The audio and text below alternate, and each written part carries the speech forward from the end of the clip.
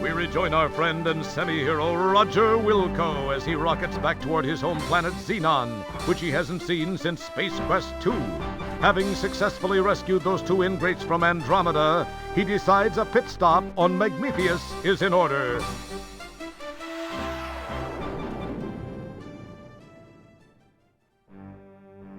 During the descent to this cosmic canteen, he is unaware of the interest that has been generated regarding his fate.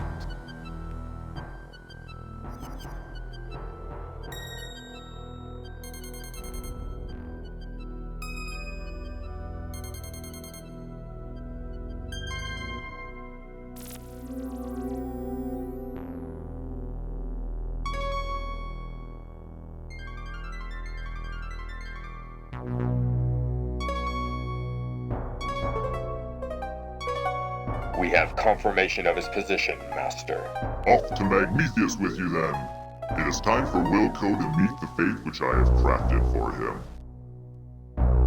As our story begins, we find the aluminum mallard parked outside a seedy spaceport bar.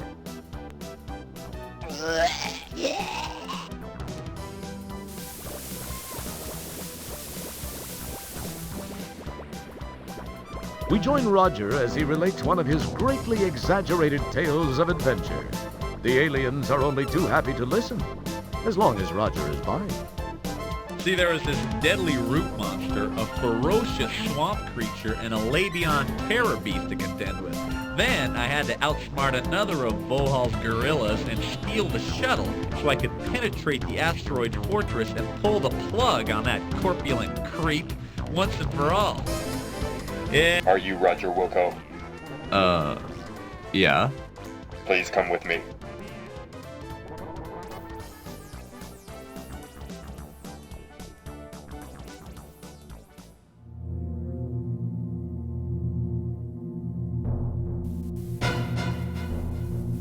Hello, Roger Wilco. Surprised to see an old friend?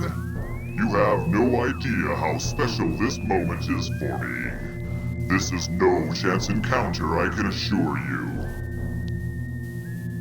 I have this one loose end to tie up before I begin my reign as the supreme being of all that exists. I do not like to lose. You are a blemish on what would otherwise be a perfect record of domination, terror, and invincibility. Besides, I'm still a bit miffed about that asteroid deal in Space Quest II.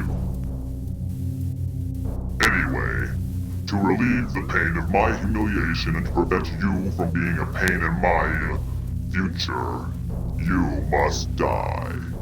It's been nice seeing you one last time.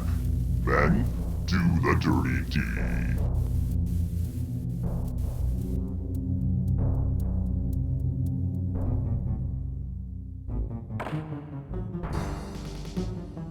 You go left and split them up. Mr. Wilco, follow me and do exactly as I say. Let's move!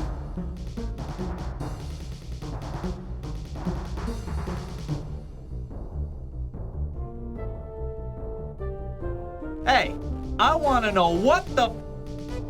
Listen, I can't explain it all to you now. They've got a beat on our coordinates. We've got to move fast. We gotta do this fast. Shield your eyes! Jump into the time rift! Do it now! You've got to! If I take the time to explain, we're both parking lot pizza. You'll understand soon.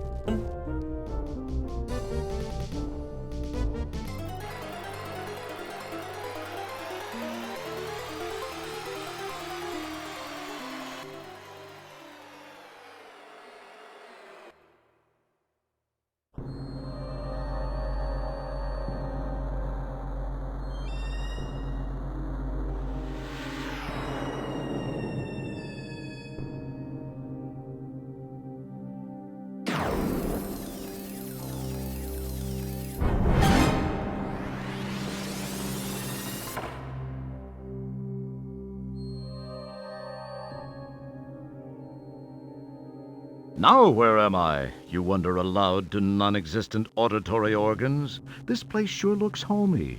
Hey, wait, this looks just like Xenon.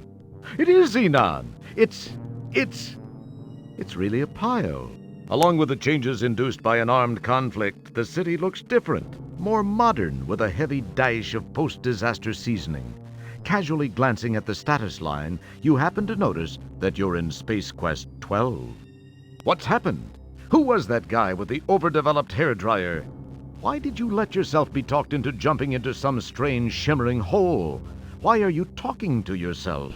These incredibly intriguing questions will quickly be forgotten with barely an electron stirred in that well-armored orb atop your shoulders. This is Saving Often. This is Space Quest IV, Roger Wilco and the Time Rippers, and this is Space Quest XII, Vohaul's Revenge 2. Welcome back to this, the fourth chapter in the Space Quest saga, my personal favorite Space Quest game. I love this game to death, and I'm so excited to play it. Just the addition of a narrator in Gary Owens, the perfect Space Quest narrator in Gary Owens, might I add, transforms this into just such a memorable and just, in my opinion, the funniest Space Quest game. It's just loaded with character. As I mentioned, I think I mentioned it before, it commits a lot of the cardinal sins of Sierra games. I'm not going to lie.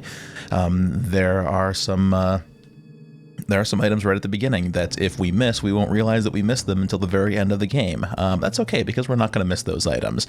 But this is, by and large, I think, maybe not objectively the best Space Quest game, but it's the best Space Quest game. Now, if you're at all familiar with Space Quest IV, you might notice that some things look maybe a little different. If you're not aware, there is an unofficial patch which brings Space Quest IV to the new unofficial version number 1.3, and this patch was made by New Rising Sun of Sierra Timer patch fame from the early aughts. This gentleman wrote a bunch of timer patches for Sierra games that fixed a lot of the issues, a lot of the nagging bugs that plagued Sierra games, thanks to the coders' insistence on tying them to CPU cycles. So New Rising Sun went above and beyond with Space Quest IV and essentially made a restoration patch. He combined the best of the disc version with the CD version, which there are some differences between the two. Nothing foundational, nothing fundamental, but for instance, if you notice in the background here, we have this looming red structure here on Xenon.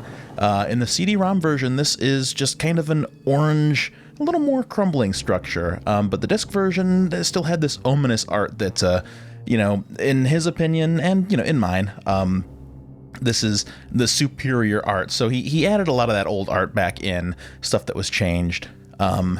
You'll also notice that there are some things that have changed that were removed for copyright reasons. For example, we'll see later that Hurts So Good, the electronic store, has been changed back to its original, maybe controversial name of Radio Shack, which controversial only insofar as Radio Shack wasn't too happy with them using a parody of their name, so they had to change it, but this changes it back and adds it back in. Also, it gives us a huge feature that the CD-ROM version never officially had, which is the ability to display both speech and text at the same time. So, in my opinion, this is the definitive way to play Space Quest IV. I love a lot of the changes that they made. I love some of the stuff that they added in. And I'm also using the I'm using DOSBox to play this because ScumVM does not support this patch. So as a result, I had to use the Munt MT32 emulator to get the MT32 sound. So you'll notice I have in the bottom right-hand corner of the screen the display from the virtual MT32, which it displays a couple of messages here and there throughout the game. I think mostly just whenever you start the game and then whenever you quit. But I put it up there for posterity. I think it's kind of cool. I never had an MT32, so as I was playing around with this and seeing the display on the Munt emulator, I thought, that's a kind of cool detail. I'm going to throw it into the video. So yeah, without further ado, let me start on a fresh save game here and delete my test file. And yeah, away we go with Space Quest IV. So, as mentioned, we are here on Xenon. We don't know exactly what happened. We don't know why we're being hunted by those police officers. Vohaul is apparently back. That's no good. And here we are, flung 8 sequels into the future. Space Quest III, the ending really just shattered the fourth wall. And they kind of kept going with that concept and took it further in Space Quest IV. We're going to be traipsing through some distant Space Quest sequels as we try to piece together what happened and why we're being chased down by Vohaul again and who it was that saved us in the beginning. So, lots of memories for me personally of this game. This is the first game that I can remember that caused me to slam my thumb into the power button of the computer and run out of the room because I was so scared of what I saw on the screen. And we'll be seeing that gentleman here pretty soon. If you're familiar with Space Quest IV, you know exactly who I'm talking about. But yeah, I know this game very well. I've played it many times, so I'm just gonna try to kind of go through and give you an exhibition of why I love this game. I'll try to get in as many deaths as possible. I'll try to get in as many of the descriptions and Easter eggs that I can find, that I can remember. And there's some pretty good Easter eggs in here that you may or may not know about. So I hope you enjoy this. Again, my favorite Space Quest game. So yeah, without further ado, let's get going here on Xenon. I'm going to save. I know I was just in the screen and I closed it, but I wasn't thinking. We're going to use the generic saving often, and I'm just doing that because I'm probably going to die here very early, and I don't want to reset my settings every time. So, here we go. Welcome to Xenon. You are in the southern area of a rare clearing in this destroyed cityscape. Your home, as you remember it, does not exist in this period of time. A huge boil of a structure clogs the horizon.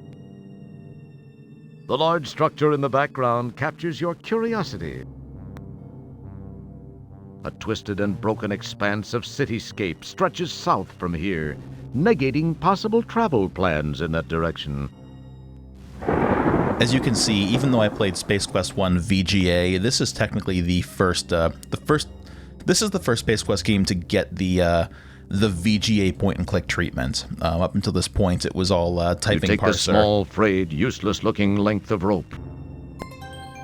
But this is the first game that used the actual icon interface. So, we've got the standard walk, look, interact, and talk, as well as smell and taste. Again, as I mentioned in Space Quest I VGA, those don't have a lot of different interactions, but there's still some that are worthwhile, so I'll try to remember to use those where I can, because there are some pretty funny responses to those. Anyway, let's get back to it here. It's very pleasant looking. A battered and boarded storefront shows the wear and tear a little war can have on it.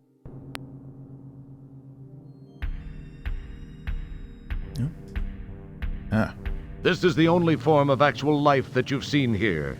Its clothes are tattered, and a grotesque metal contraption is clamped to its head, which serves to hold the eyelids permanently open. He seems nice.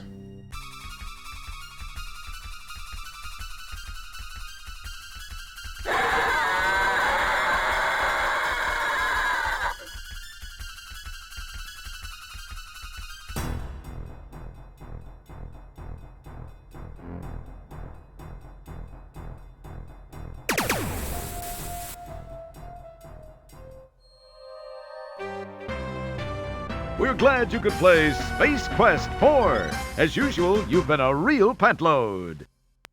That bastard is absolutely terrifying.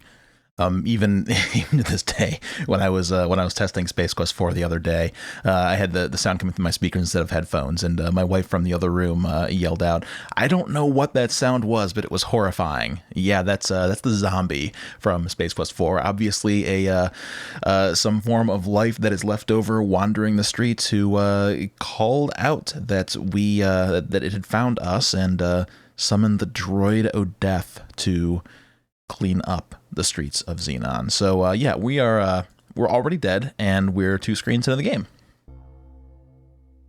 So let's go back over here again.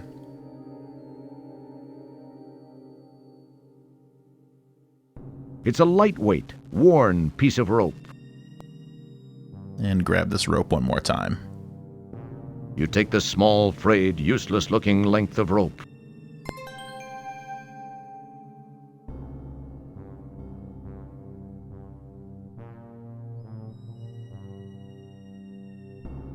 I do just love that glowing red ominous structure in the distance. This sealed, battered building is the last one standing in the southwestern area. A sidewalk anyone would be proud to own. A quick inspection reveals nothing of interest other than a glove box.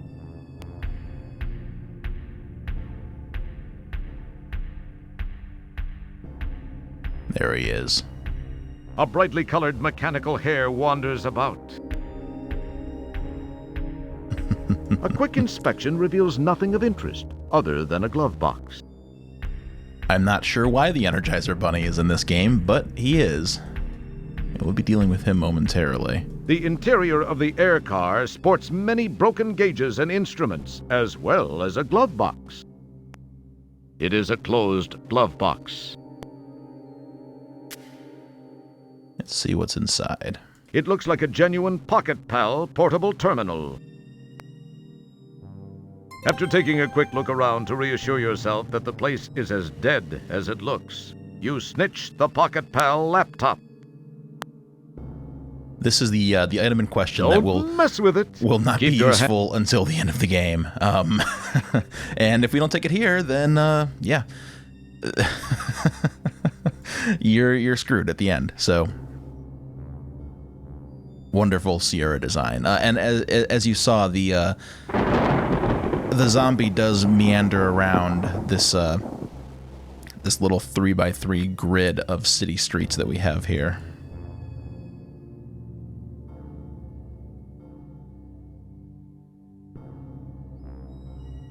Also, please excuse the little hanging that occurs whenever I save. This being on DOSBox, it's a little bit slower and less responsive than ScumVM. I do prefer ScumVM just because I think that the team did a phenomenal job of interpreting the games and making them just so simple. Trivial to get these games running on modern systems. I mean, back, again, late 90s, early 2000s, I remember all the hoops that I would jump through. I knew all of the inner workings of the resource.cfg file in Sierra games. We'd use VDM sound because DOS did not support any sound in Windows XP. So if you wanted to play a DOS program with sound, you needed to use a program called VDM sound. Just before DOSBox came out. So I remember just all the hoops you had to jump through. There were timer issues. Luckily, New Rising Sun's patch fixed those. But until then, you had to just kind of hope or use Moslo or Turbo to slow your program down. It was an absolute mess. Worth it for me because I love these games to death. But thankfully, in this day and age, there are much better, easier, cleaner, and simpler ways of playing the games. But DOSBox is gonna hang a little bit from here and there, just because it's not. It's more accurately emulating a DOS environment versus ScumVM, which is essentially interpreting all of the resources of the game to run on whatever platform it happens to be ported to. So that's a long explanation to explain away the extra 5 seconds of an arrow cursor that you'll see after a save game. Let's get back to it. The large structure in the background captures your curiosity. The clearing ends here. Jagged chunks of debris clog the north. We can actually smell the debris. It smells like the remains of a flourishing civilization blasted to smithereens by an evil entity of immense power. I wonder if we can talk to the bunny. You'd better not. Something might answer. Can I grab him? The hare, anticipating your clumsy attempt to catch it in the open barehanded, won't come anywhere near you. Mm-hmm. Nobody can reach that building from here with their tongue unless they're in a Leisure Suit Larry game. Fair enough.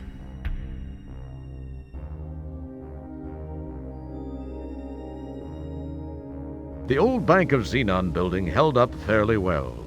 Too bad. They turned Roger down for a loan once.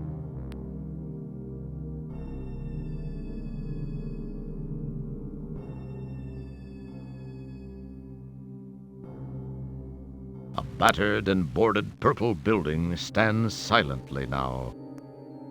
Another of Xenon's ruined structures awaits the final slow assault of nature.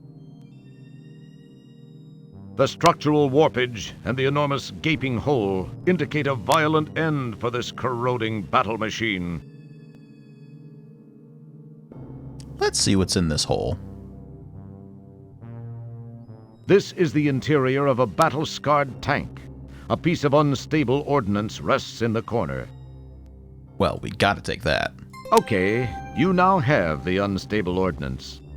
Remember, it was your idea. Good luck. I don't see how a piece of unstable ordnance could be considered a bad thing. A piece of unstable ordnance. I mean, after all, we did need to blow up a satellite in Space Quest III. Could come in handy.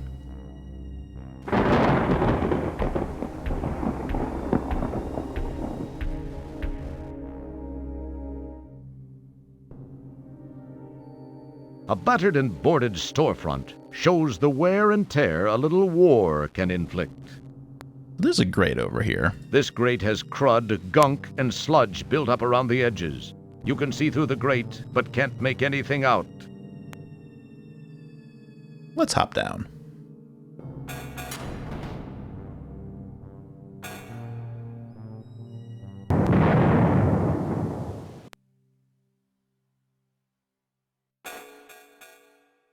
I would think that something identifiable as unstable ordnance would be low on your list of fun and healthy things to carry. We hope you'll get yourself together and rejoin us. Isn't this a blast? Yeah. A red herring inventory item. You don't actually want the unstable ordnance. We're going to hit that grate again, but before we do, we need to do something about this bunny. So there's a little clue in the game. When you click on the rope, you'll see that it kind of takes the shape of a lasso or a trap of some kind. That was my first clue back in the day, that I needed to use this rope to snag something, and in this case we need to snag the bunny. Don't you feel dumb standing out in plain sight while trying to trick something into your snare? But we can't do it in plain sight, so we need to use the old Sierra foreground perspective trick and hide behind a pillar.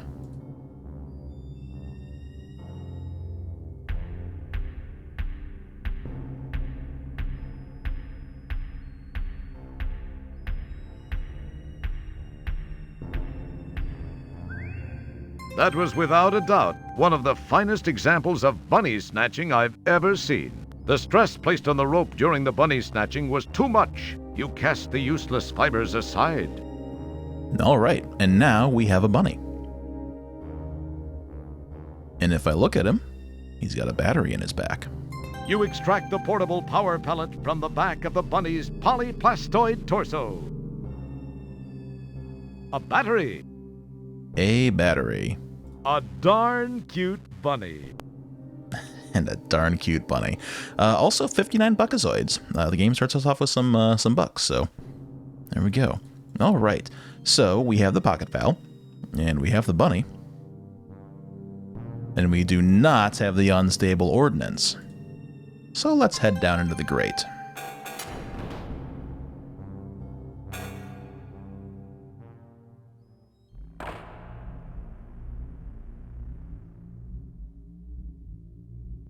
Oops. You've reached the sewer maintenance office. Apparently this office has been long abandoned. Your janitorial instincts urge you to sweep up and do a little dusting, but you suppress those urges and concentrate on the task at hand. The strange little pedestal has wires running between it and the wall. It's just an average old-fashioned desk blotter. The desk is not exactly executive caliber. It's an empty jar with a lid, neither of which does anything entertaining. Let's check out this blotter. Ah, a button. Perhaps I'll give it a press.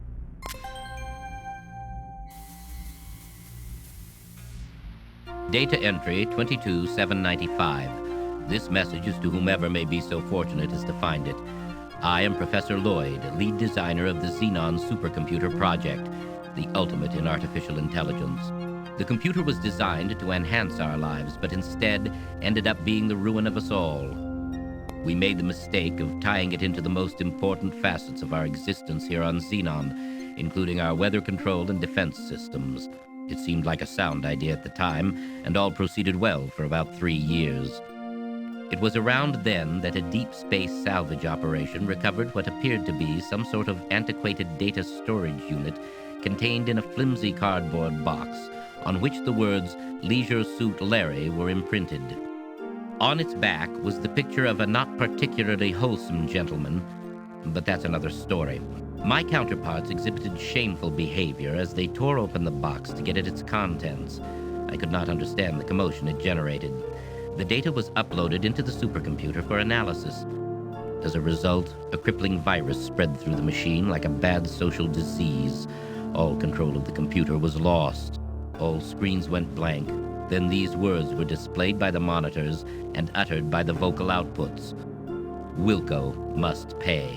From that day forth, the possessed computer waged war on the inhabitants of Xenon, using our own weapons against us. Some managed to escape to other planets. Those of us who remained stayed to fight the machines and robots under its control. It was a bloody war.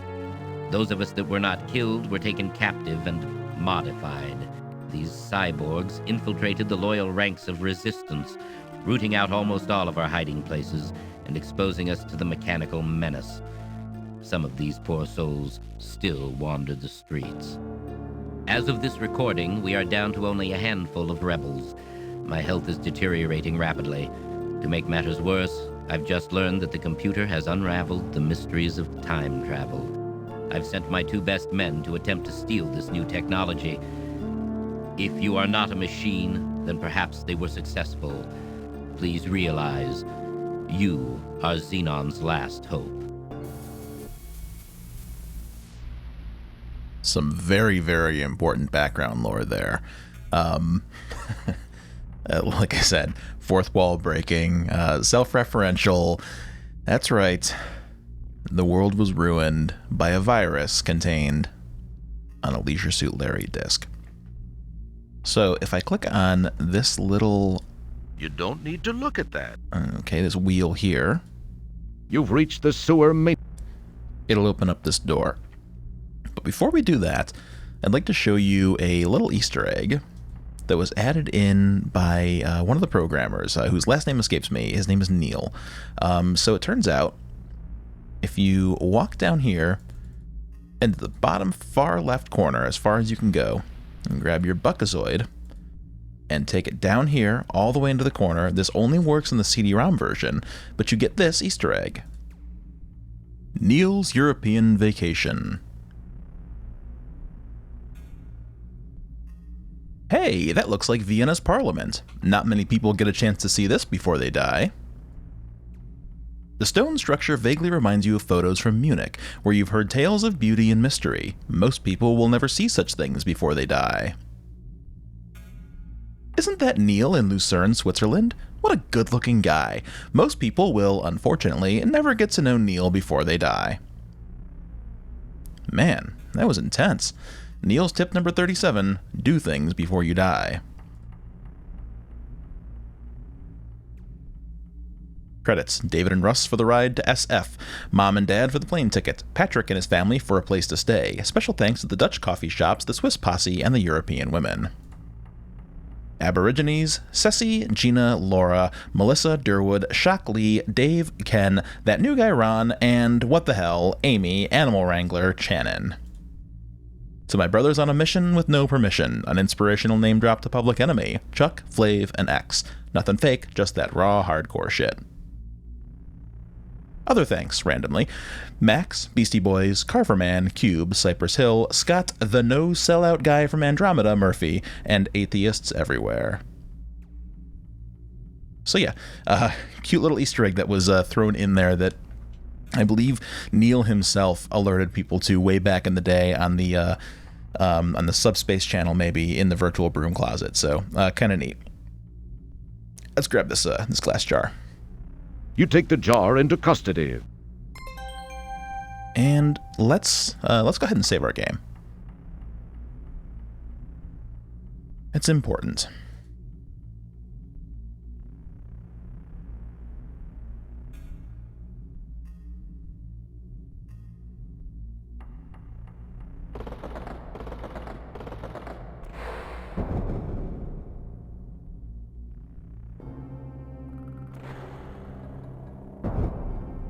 Oh no! The door has shut, and there's no way back. What are you going to do now? The pipes running along the sides of this conduit are coated in inert slime. This hatch, locked from the other side, was your portal to this area. This hatch opens from the other side only. Okay, so now we are stuck in these sewer tunnels. These will extend down a couple screens, and there's a center area, but we're not going to visit all of those because they're just tunnels, so instead we're just going to go along this way. This is a section of the Xenon sewer system. Fortunately, there seems to be very little of the secret ingredient usually associated with sewers. There's a small vent set into the side of the sewer tunnel. Unfortunately, it looks way too narrow for a space janitor, even a skinny one, to squeeze inside. Very dramatic reading of that line, Gary.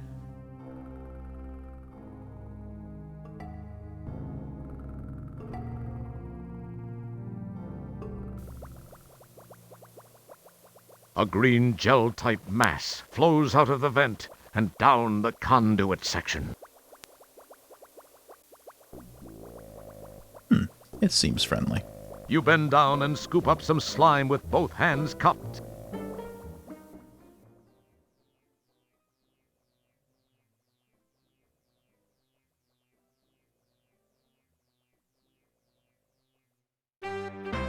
As the green slime dissolves the flesh from your bones, you think, hey, this stuff consumes 47 times its weight in acid. This is why we save our game. Okay, this time let's not become Slime Chow.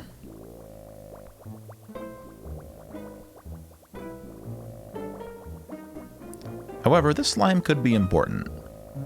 Let's take some with us. Okay. You scoop up the slimy secretion.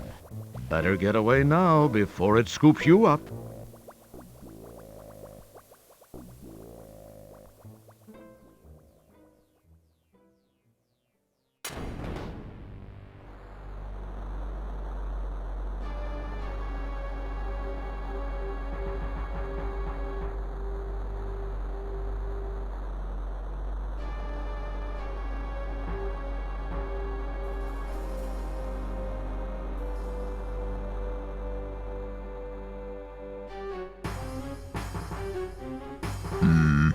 A sleek patrol transport occupies the area presently.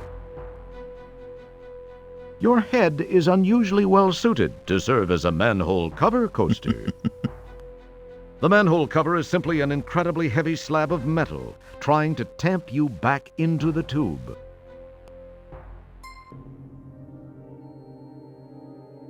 All right, well, looks like the sequel police have found us. Let's save our game. They don't really do anything special, at least nothing that you wouldn't expect. Oh, they just, We're glad you could play Space Quest They just show up IV. on screen As and shoot usual, us. You... Well, I sure hope we can hide because we just saved our game.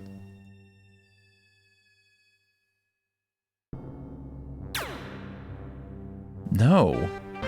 I can't hide. That's not good. I saved my game here. Guys, you can't just shoot me.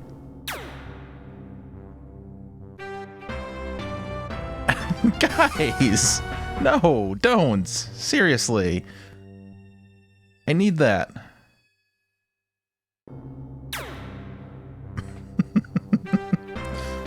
We're glad. This is embarrassing.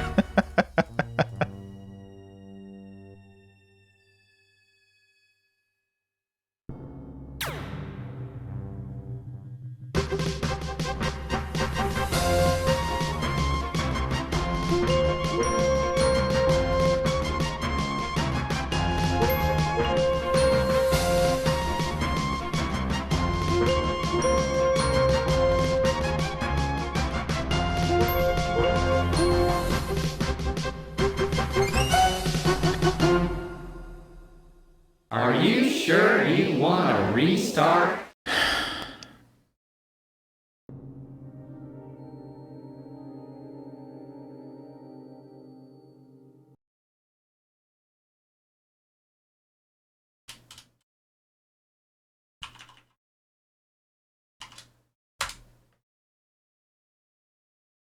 Okay.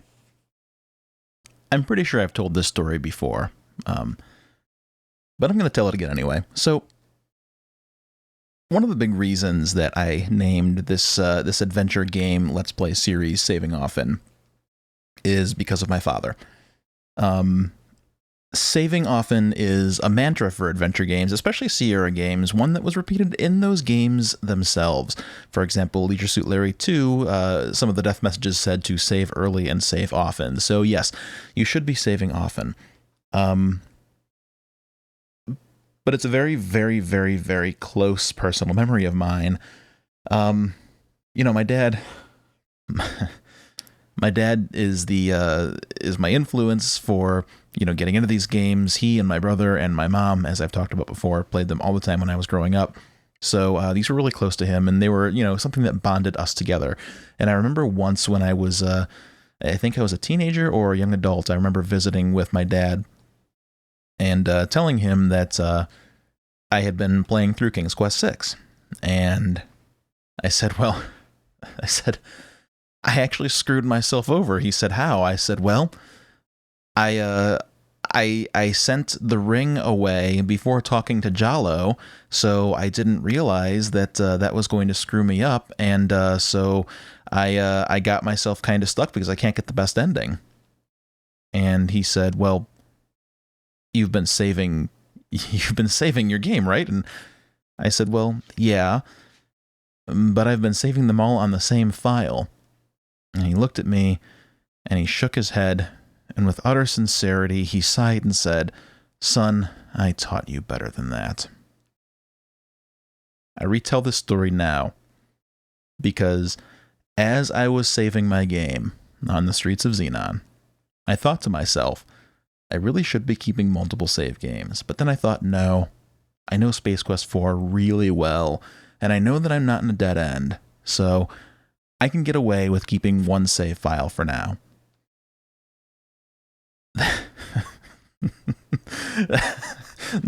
Not anticipating that I was going to get really piss poor luck with the sequel police.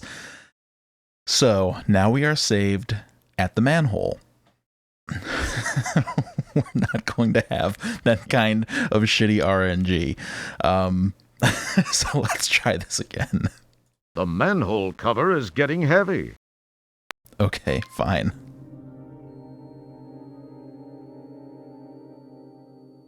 They're not supposed to come at you so quickly. You're supposed to have some time to walk over here. You look at the finely sculpted ship.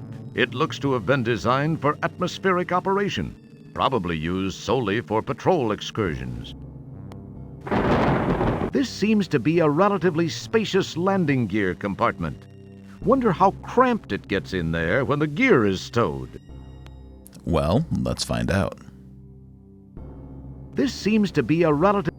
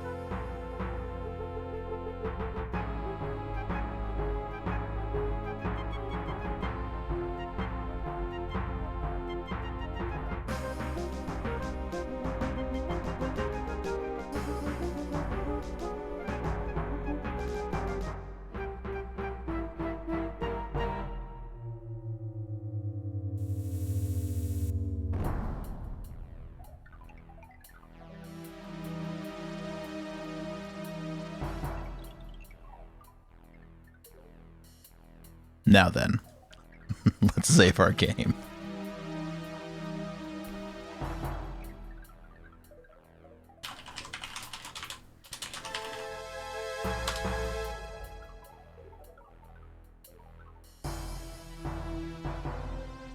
Okay. This is the patrol shuttle you hitched a ride on. This is the middle section of the supercomputer's landing bay. The ship you hitched a ride on rests here. This is a fueling unit for the patrol shuttle. Let's come over here.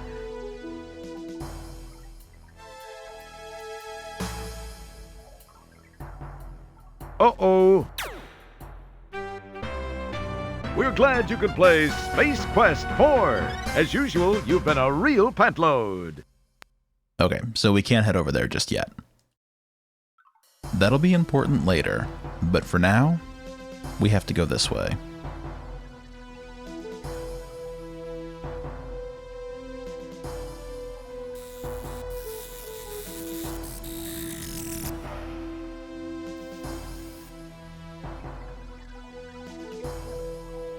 I've just completed a scan of the Labion sector of Space Quest II. No sign of presence at this time.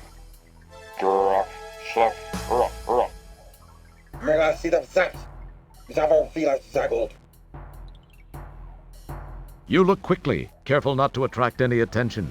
As you can see, they are carrying weapons. You give the time pod a long glance. It's not the most attractive vehicle you've ever seen. It resembles an overgrown titanium tennis shoe. A gold-tinted glass shield seals the top. All right, let's hop in.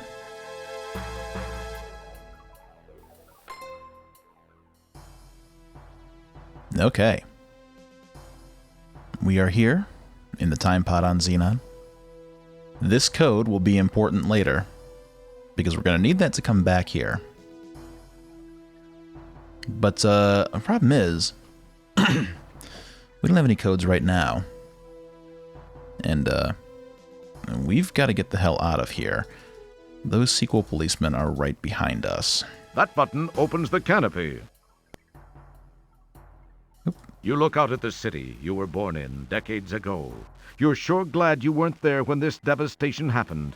You might have gotten hurt. On the bright side, you won't have to pay those delinquent traffic tickets. It's some sort of monitor, probably used to monitor something or other. The readout displays some interesting symbols similar to those on the keypad. You wonder if these might bear some significance.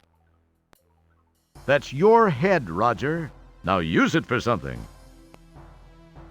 All right, so this is another Easter egg that I'm about to show you. What we need to do here is punch in a random time code, any random time code. It might fail once or maybe twice. I think it's happened to me before, but any random time code will get us to where we need to go. However, there's a very specific time code that I'd like to show you. It's very difficult to remember. The powerful quad quark drives Rev to life.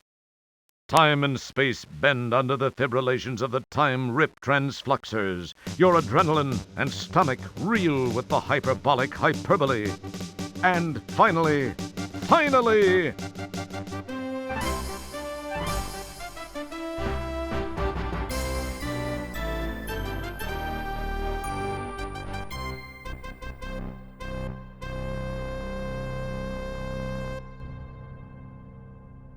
That's right, we are now in Space Quest III, The Pirates of Pestilon.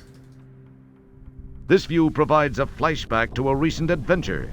It looks real hot out there. Hot enough for thermo-weave underwear. All right, let's check it out.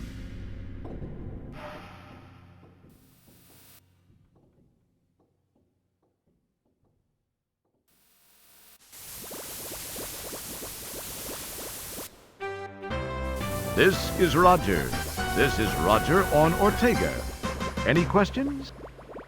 So yeah, nothing you can actually do there. But, you know, it's still fun to it's still fun to go there and see that little Easter egg. Anyway, All right. So, as noted, we just need to type in any random code here. However, I'm going to show you another Easter egg. This one's kind of bizarre. But if we type in this specific code, the one that looks kind of like an L, the one that looks kind of like a U, the one that looks kind of like a C, and the one that looks kind of like a Y, and then the ones that look like a question mark and an exclamation point, we can watch some TV.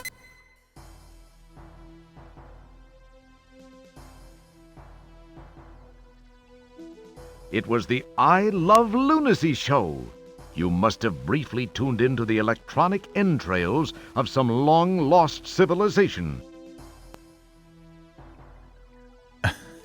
That's just such a weird little Easter egg to me. I've never... I don't know what to think about that one. It's kind of a dumb joke, and it's really obscure how to access it, but, I mean, you know, it's there. You can do it. Anyway, let's get this adventure going. Let's type in some random letters. The powerful quad quark drives Rev to life. Time and space bend under the fibrillations of the time-rip transfluxers. Your adrenaline and stomach reel with the hyperbolic hyperbole. And finally, nothing much happens. That must not have been a valid code. Try again. So as I said, sometimes it doesn't work. So let's try again. Random code. The powerful quad quark drives Rev to life. Time and space bend under the fibrillations of the time-rip transfluxers. Your adrenaline and stomach reel with the hyperbolic hyperbole. And finally,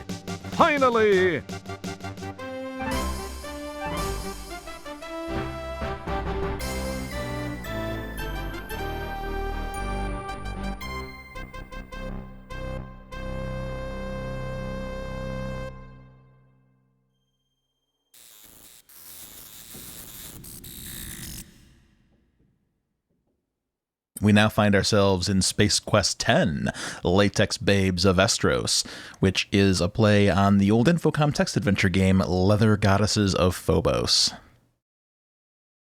peering through the port, you see an unusual land. Its wind-carved pinnacles and buttes bring back memories of the planet Corona, where this whole adventure mess started.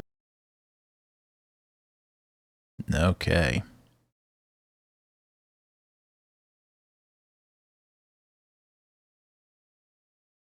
Let's save our game here on Estros.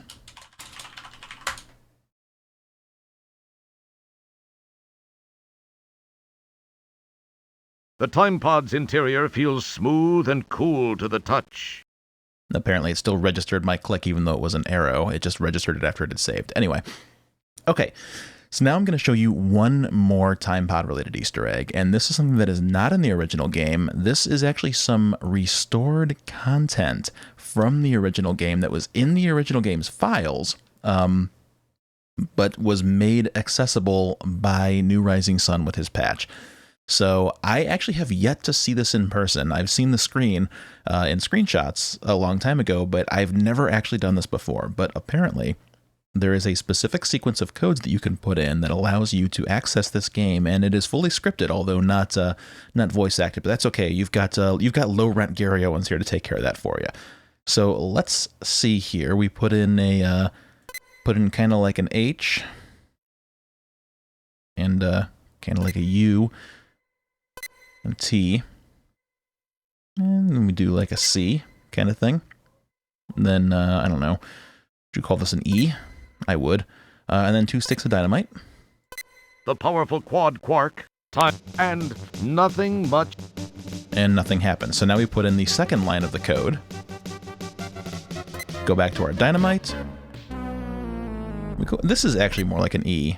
So I don't know what to call this one up here, but it's certainly not an E. So now we will enter the U and the T or Y. And now a couple of Smash Brothers symbols, close enough at least. The powerful nothing. Okay, nothing happens. So now we get to use our kinda C, kinda E kind of thing, and we just get to jam that puppy down for 5 strokes and then end it with a T or a Y. The powerful quad quark drives Rev to life.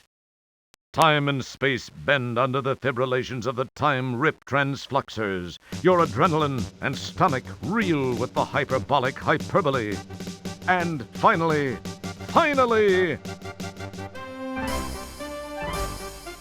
By God, it worked.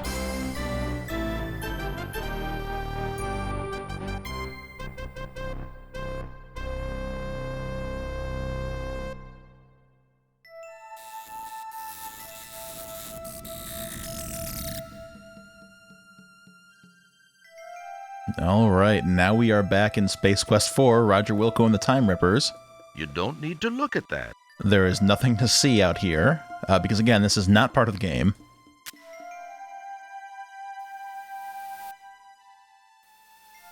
But this was originally intended to be hidden in the game.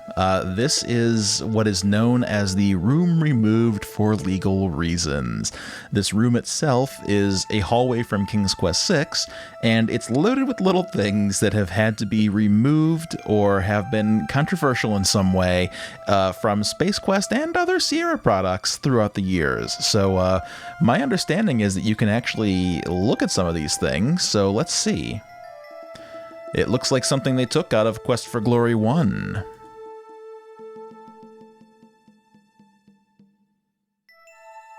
Oh, that's what they all are. So, Earl the dinosaur from the TV show Dinosaurs wasn't actually removed from Quest for Glory 1 VGA. Not sure why that's on there. It says, "Please help me fertilize my mother's cat." They took that out and left the pant load bit in? It looks like something they took out of Space Quest 1.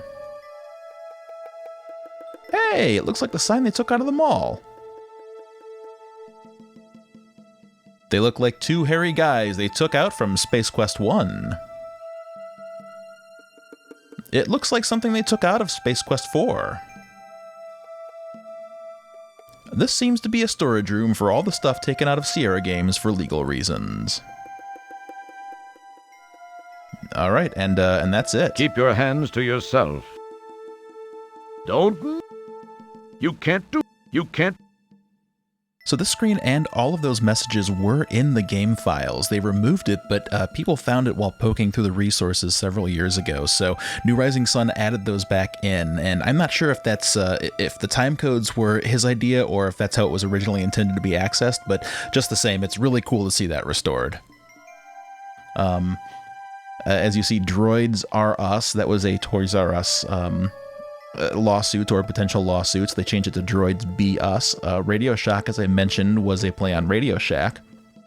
ZZ Top, you can actually witness this in my Space Quest 1 VGA video.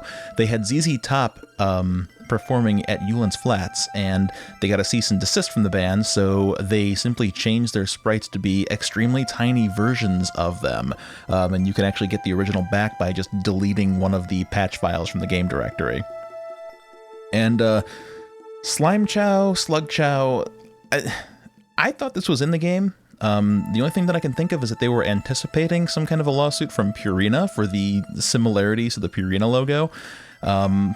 So yeah, not sure what that's about. And Heroes Quest obviously was the original name of Quest for Glory 1 before Milton Bradley raised a stink about it being too close to Hero Quest.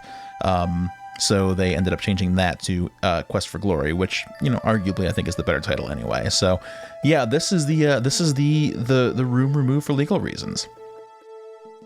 Oop, sorry, Roger. You've been taken out of the game for legal reasons. All right.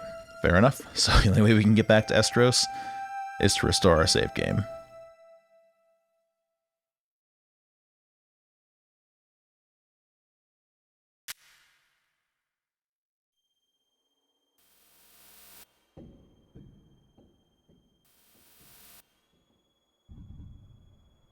You've seen a lot of plateaus and sloping hills before, but this one's a butte. The entire horizon undulates in enticing peaks, curves, and crevices for which Estros is famous. Mm-hmm. The shale-like shelves provide a stairway to the unknown. Have I mentioned that I love Gary Owen's delivery with all of my heart?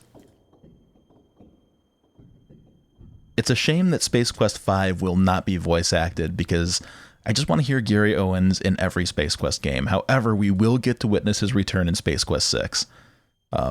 Just a delight, a treat for me to be revisiting these games, specifically for that reason. He added so much character to the character of the narrator. The hot sun and the Butte's seductive curves are strangely exciting. You've reached the plateau phase, which continues to the west, while the rocky layers climax in a makeshift staircase. In the distance, you can see the beautiful, tranquil sea of Estros.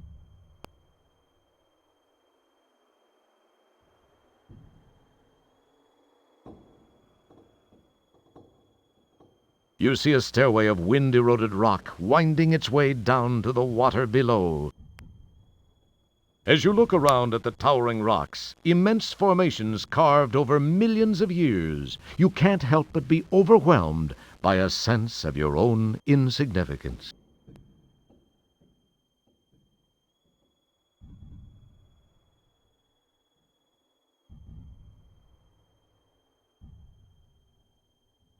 I do love the art here on the planet Estros.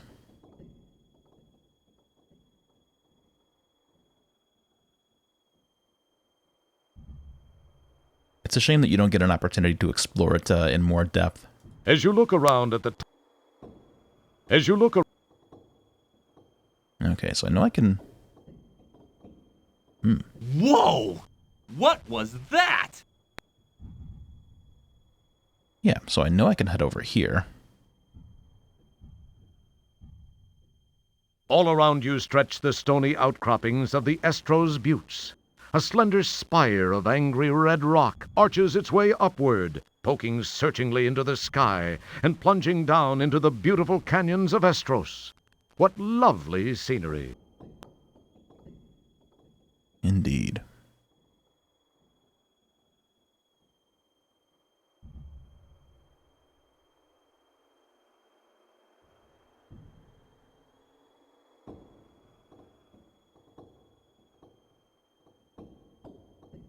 Okay, and all that does is show us the staircase from another angle.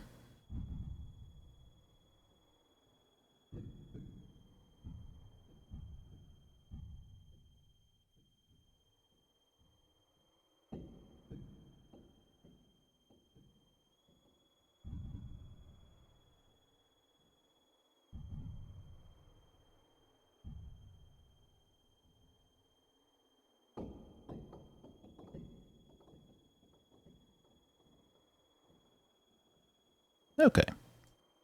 You know, while we're here, It would serve.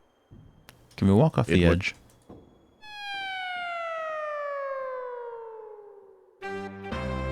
We're glad you could play. Okay, yeah, nothing fun there.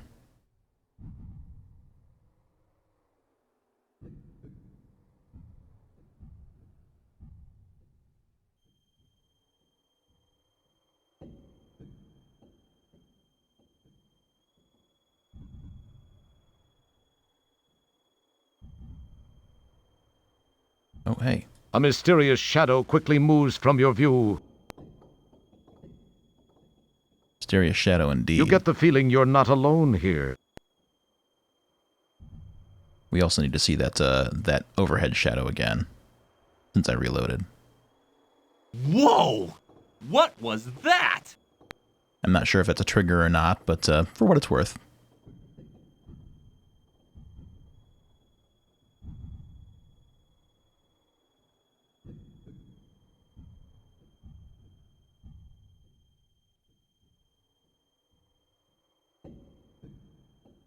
The water here is quite deep. Don't mess with it. Nah, you'd rather not. You never know where it's been. Man, if you can't use a taste icon on some water, It then smells like something that wasn't designed for noses. why do you even bother having a taste or a smell icon in your game?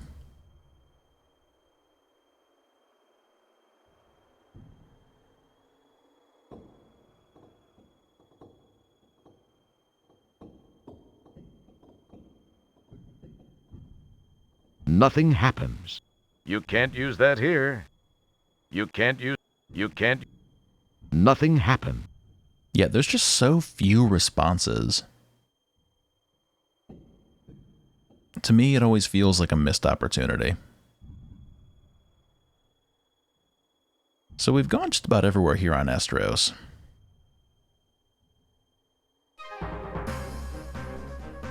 All right. You look pretty pathetic hanging under the pterodactyl. Wow, what an incredible view! Wow, what an incredible view! You see a huge nest in the distance below you.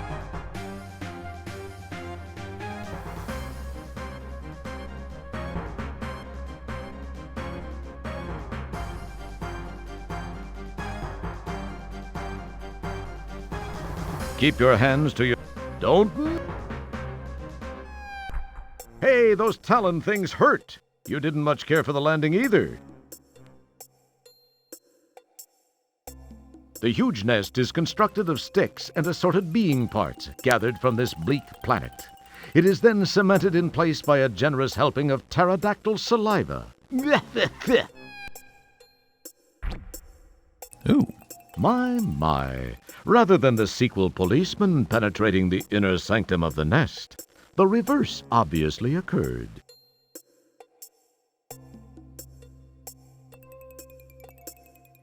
You frisk the skewered sequel policeman and turn up a paper-wrapped wad of used chewing gum.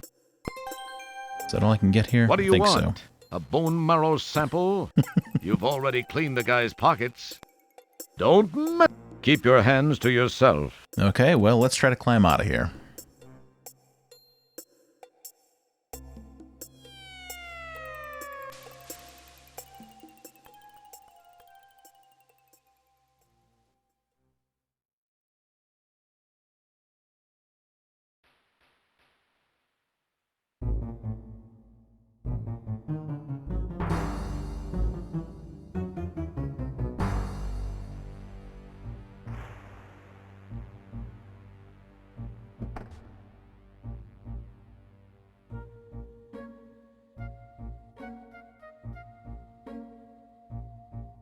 You've got a lot of nerve coming back here, Roger Wilco. After leaving me the way you did, you male scum.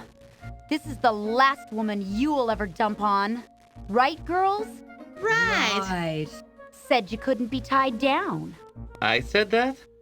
You said you had to be free to roam the galaxy. Was that me? You'll be sorrier than you look.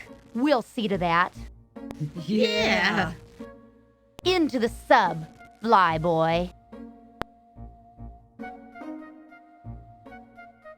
Well, let's save our game. As Latex Babes.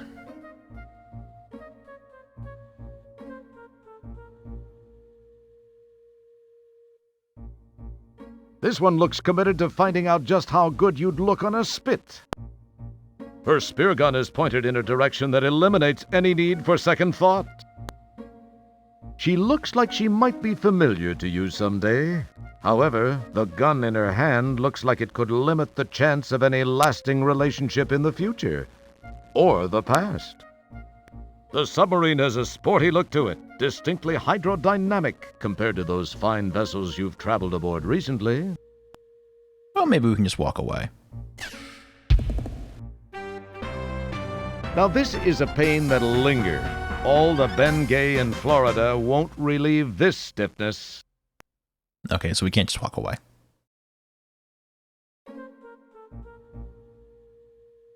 She looks completely uninterested in conversing with the likes of you. You talk to yourself, but you don't hear you. The time for talk on your part appears to have passed. Speak now, and forever hold your pieces. Will I get a response to smelling? You can bet she smells better than you. Better just speculate on this one, or you'll be snorting spear. This would be an excellent time to keep your nostrils to yourself. This would be best to keep your taste buds packed away right now, Buckwheat. Yeah, right. Gee, maybe you should walk right on up to her and give it a try. Not... All right. We'll get in the sub.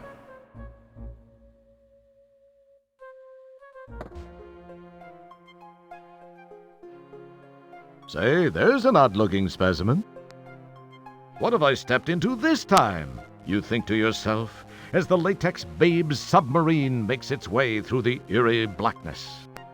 A spotlight illuminates the floor of the cave as the sub makes its way through the eerie darkness. You hope these women soon realize that they must have the wrong guy. This is a sea cave. You're not sure what it is, but you bet it would look cool spewing through the propellers. This is Zandra. We are approaching checkpoint 6. Prepare to open the tunnel door.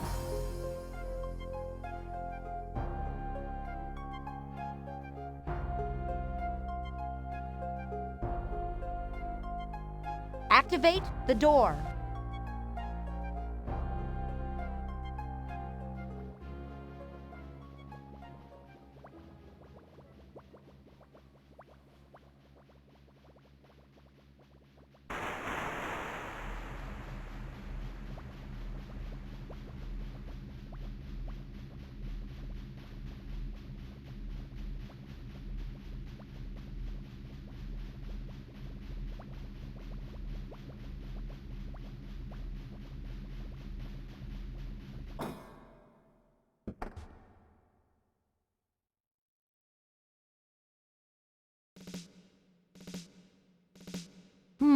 You wonder if she has a boyfriend. It looks like they have quite a fortress here.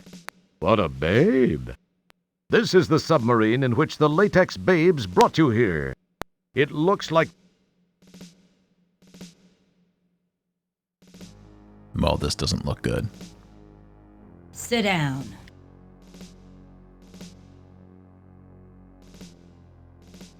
Comfy, Mr. Wilco? Hey, what are you doing?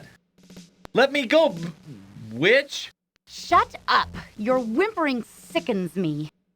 I'll teach you not to run out on me. Thorine is quite knowledgeable in the ways of torture. I'll let the two of you get acquainted. Thorine, do your stuff. With pleasure, Zandra. Let me introduce you to a friend of mine.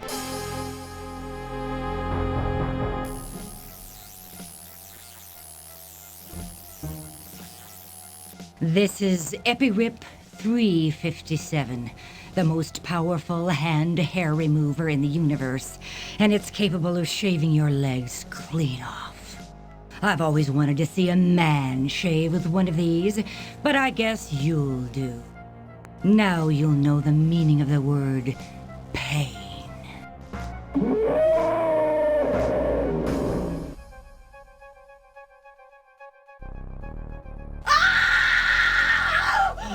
It's a sea slug!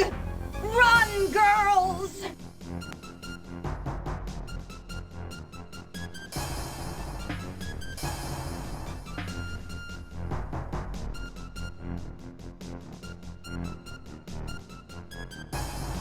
Oh no. How will Roger get himself out of this one? I guess we'll just have to find out in part 2 of Space Quest IV. Thank you very much for watching. I hope that you're enjoying it. I love just going through the game, and I'm happy to show off all the Easter eggs and the fun things that I remember. So there is much more of that to come in part 2, presuming that we can survive this harrowing experience. I hope you'll come back next week and find out. Until then, remember to save early and save often, and unlike me, do it on multiple files. Thank you very much for watching, and have a wonderful, wonderful day.